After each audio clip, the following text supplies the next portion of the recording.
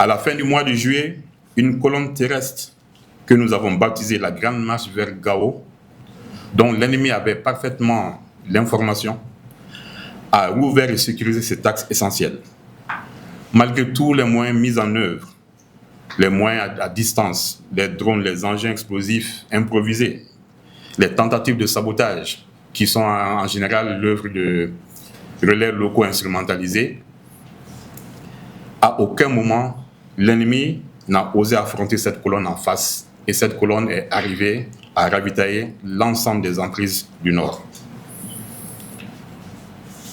Sur le théâtre centre, qui couvre Ségou, Sam, Mopti, Bandiangara, Douansa, Tombouctou et Taoudéni, la séquence de l'attaque de Ti et de Konna dans le sillage des attaques coordonnées du 4 juillet ont retenu notre attention. L'offensive, à cette occasion, des FAMA, la riposte des FAMA a mis en déroute totalement l'ennemi. Le même jour, avec une quarantaine de terroristes neutralisés, d'importants matériels de combat et de communication saisis ou détruits. Sur ce théâtre, Kouakourou reste pour sa part un point particulier, un point d'attention particulier en raison de sa situation géographique, notamment en saison des pluies, et les opérations de sabotage dont l'ennemi a sans cesse recours. Mais je puis vous assurer que les opérations et la pression s'y exercent sans relâche. Sur le théâtre sud, qui couvre notamment Kaï, Ségasso et Koulougoro, l'effort a surtout porté sur la destruction des sanctuaires terroristes implantés dans les massifs forestiers. Vous avez tous vu les images de Kenenkou, de Nyamina, de Soussan, du Baoulé, de la Faya, toutes ces forêts dans lesquelles les femmes ont investi et où ils ont détruit tous les sanctuaires identifiés. Et à cette occasion, des centaines de terroristes y ont été neutralisés. Le deuxième axe d'effort sur le théâtre sud a été la sécurisation des convois. Nous allons en parler un peu plus bas. Et l'initiative de l'attaque de Sandaré a coûté cher à l'ennemi, qui a subi de très lourdes pertes aussi à cette occasion. En résumé, sur l'ensemble des trois théâtres, l'aviation a joué un rôle multiplicateur décisif, avec 1545 sorties, vous voyez les images sur le PowerPoint, 5336 heures de vol, 307 frappes ont été comptabilisées par l'aviation dans cette période, appuyant les troupes terrestres. Le bilan cumulé s'est établi à 1850 terroristes neutralisés, 45 bases détruites, 153 pick-up, 11 véhicules blindés, plus de 230 motos ont été mis hors d'usage. Un ennemi frappé aussi durement dans sa structure, dans ses réseaux, dans ses sanctuaires, ne recule pas de son plein gré.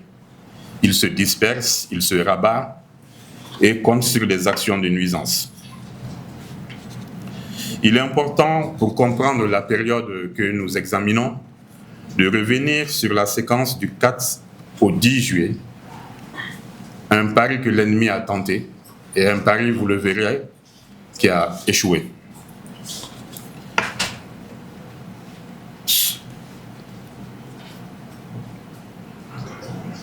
Donc cet épisode mérite qu'on s'y arrête un instant, car il n'avait rien d'improvisé. Par la simultanéité des attaques sur à peu près 7 à 8 lieux géographiques simultanés sur les théâtres, sur tous les théâtres, ces attaques visaient à saturer nos dispositifs, à disperser nos efforts, à desserrer la pression que les FAMA imprimaient dans le Nord et à contrarier l'offensive qui s'y préparait. Le choix du site d'Aguelok dans la liste des emprises attaquées n'était pas anodin.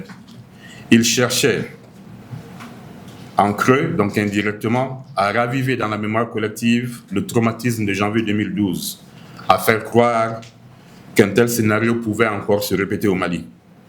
Ce pari a échoué. Parce qu'en 2026, les forces armées maliennes ont tenu leur position, poursuivi la manœuvre, ont tenu en EFIS. Et au terme de la séquence, la coalition terroriste JNIM-FLA n'a pas atteint ses objectifs stratégiques. Elle n'a ni interrompu la conduite du plan du Gugoloko, ni réussi à reprendre en EFIS, ni paralysé les mouvements de ravitaillement de nos forces sur le théâtre. Je disais plus haut que parmi les activités des FAMA, outre les opérations, beaucoup d'activités d'utilité publique ont été menées, parmi lesquelles le convoyage, l'escorte de beaucoup de convois d'intérêt économique. Il vous souviendra que il n'y a pas longtemps, on a parlé du blocus de Bamako. Ça faisait partie d'une campagne informationnelle imprimée à la suite des attaques du 25 avril, faisant croire que Bamako était asphyxié, Bamako était bloqué. Et depuis cette séquence, la réalité du terrain a totalement démenti, les faits ont totalement démenti ces récits.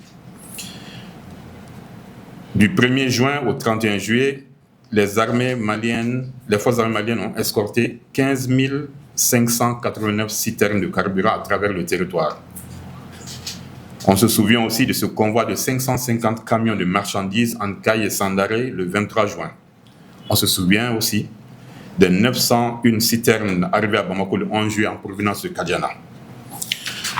Au-delà de ces convois commerciaux, nos forces ont également soutenu et continué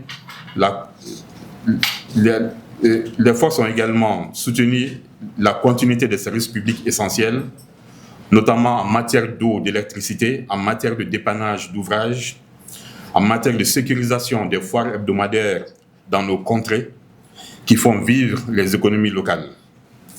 L'armée de l'air aussi a, pour sa part à cette occasion, transporté 4 804 passagers, plus de 201 tonnes, donc 201 000